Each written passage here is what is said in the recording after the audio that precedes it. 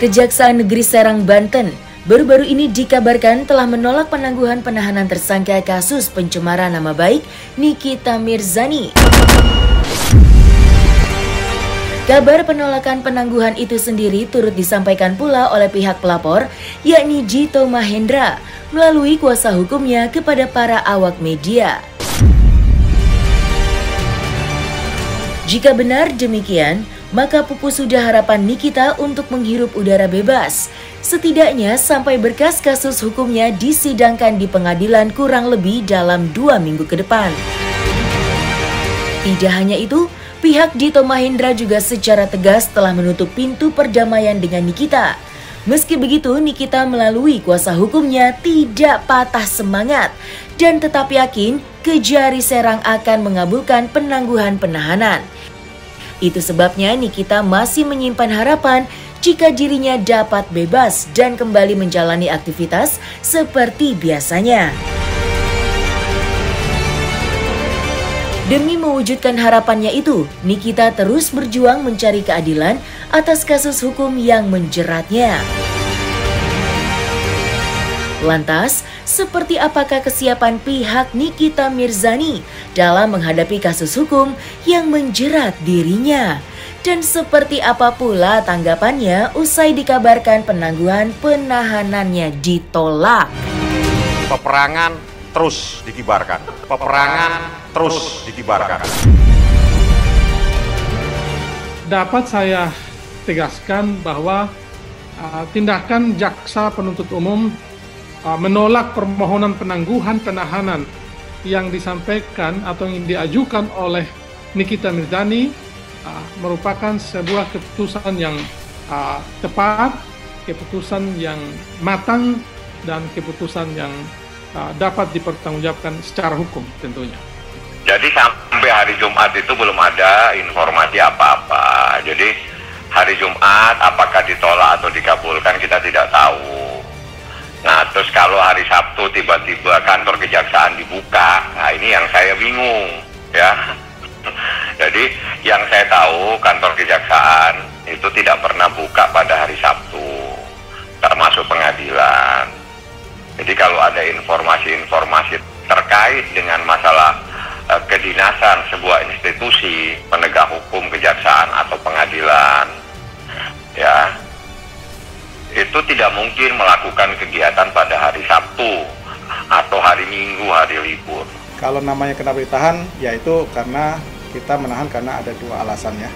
Yang pertama adalah alasan objektif yang sebagaimana diatur dalam pasal 21 ayat 4 KUHP, di mana ancaman hukumannya itu adalah di atas 5 tahun. Kemudian di alasan subjektif itu diatur dalam pasal 21 ayat 1 KUHP mengatakan bahwa tersangka dikhawatirkan melarikan diri, tersangka dikhawatirkan meninggalkan barang bukti, dan 3 terakhir tersangka dikhawatirkan mengulangi perbuatannya. Itu semua diatur dengan ketentuan undang-undang yang diatur.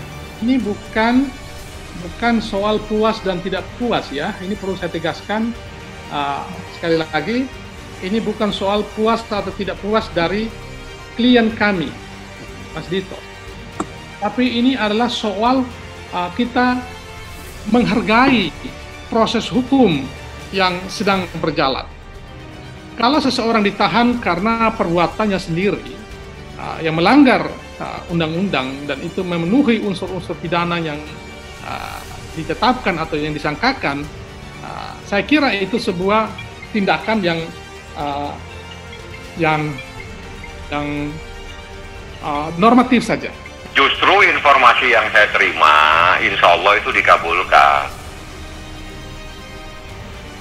Tapi informasinya kita tunggu hari Senin, karena kan hari libur, kejaksaan tidak mungkin membuka kantor. Ya, jadi Sabtu itu libur, Minggu libur. Kita tunggu hari Senin. Yang jelas kita ajukan penangguhan penahanan karena itu adalah hak.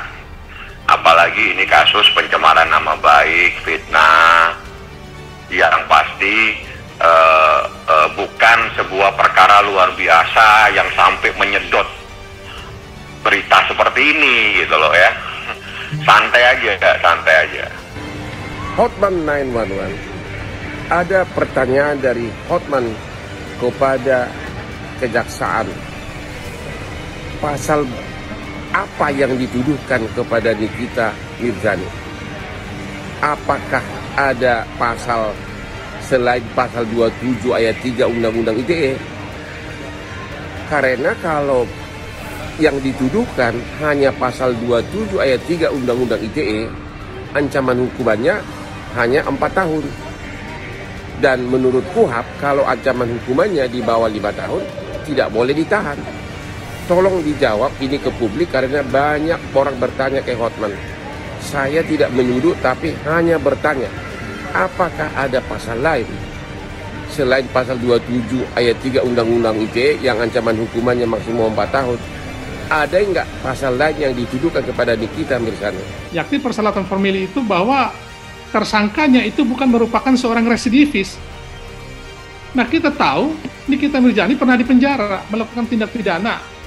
Nah, orang yang mengulangi melakukan sebuah tindak pidana setelah keluar dari penjara itu adalah residivis, atau dalam bahasa sehari-hari itu disebut sebagai penjahat kambuhan. Niki bukan pembunuh, Niki bukan narkotik, Niki bukan teroris. Dia hanya memposting pendapat dia bahwa ini ada seseorang yang bermasalah bla dan seterusnya. Menurut tafsir itu adalah sebuah perbuatan pidana. Menurut tafsirnya kami itu bukan. Urusan tafsir menafsir nanti di pengadilan.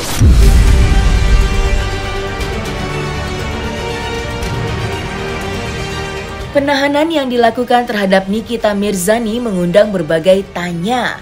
Tidak sedikit juga yang mencium keganjilan dalam kasus hukum yang menjeratnya hingga harus dilakukan penahanan. Terlepas dari kasus Nikita dan kabar yang menyebutkan jika pengajuan penangguhannya ditolak, ada kasus hukum lain yang juga menarik perhatian publik yang disuarakan juga oleh Nikita melalui kuasa hukumnya, yakni kasus hukum yang menyeret penyanyi Nindi Ayunda serta kekasihnya. Meski sudah 2 tahun berjalan, kasus Nindi terkesan berlarut-larut. Karena hal itulah Nikita dan sejumlah pegiat media sosial lainnya mempertanyakan kinerja penyidik. Mereka meminta keadilan dapat ditegakkan tanpa pandang bulu. Lantas, seperti apakah perkembangan laporan kasus penyekapan yang dialami mantan karyawan Nindi? Dan seperti apa pula sorotan media soal terkait kasus tersebut? Untuk soal backing-backingan itu biarkan masyarakat yang menilai ya. Kalau saya pribadi, memang saya tidak tahu pasti karena saya tidak pernah berkasus ya. Sehingga saya nggak paham itu fenomena backing-backingan. Persoalan pelaporan Dito Mahendra tentang penyekapan itu di Polres Jakarta Selatan, itu saya tidak mengikuti. Tapi menurut netizen, itu tidak di follow up. Sehingga masyarakat bertanya-tanya, Dito ini bersih atau tidak? Begitu. Persoalan janggal atau tidak tentunya janggal menurut saya. Makanya saya reaction berita tersebut. Jadi untuk kasus yang dilaporkan atas nama N, ya, jadi sekarang kita lagi memeriksa driver, ya, driver atas nama inisial S, kemudian lagi berlangsung, itu masih saksi, ya. Jadi sementara ini masih saksi. Ya, jadi saksi sudah 9 orang diperiksa. Namun demikian, jika memang kita butuh lagi keterangan untuk kasus yang dilaporkan, pasti kita meminta lagi untuk keterangan-keterangan tambahan.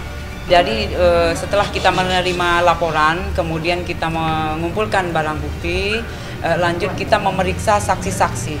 Prosedur itu sudah dilalui oleh penyidik. Namun demikian, keterangan-keterangan yang kita butuhkan tetap kita kumpulkan.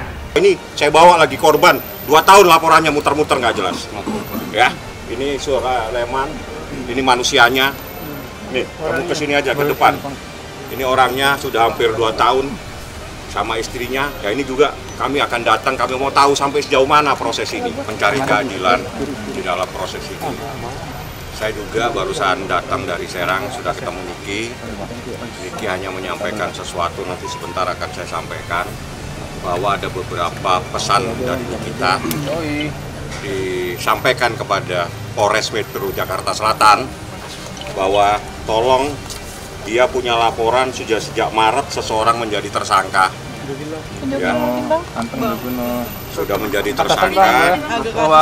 Saya tidak perlu sebutkan siapa menjadi tersangka, biar saya sampaikan kepada kepolisian. Itu yang pertama. Kenapa? Inisialnya artis kayaknya di penyanyi atau apa? Ya, untuk sementara saudara N sudah diperiksa. Namun demikian memang jika harus ada penambahan ya keterangan pasti kita tambah. Ya, jadi bukti-bukti ada foto, kemudian ada video dan yang lain-lain nanti bukti pendukung lagi dikumpulkan oleh penyidik.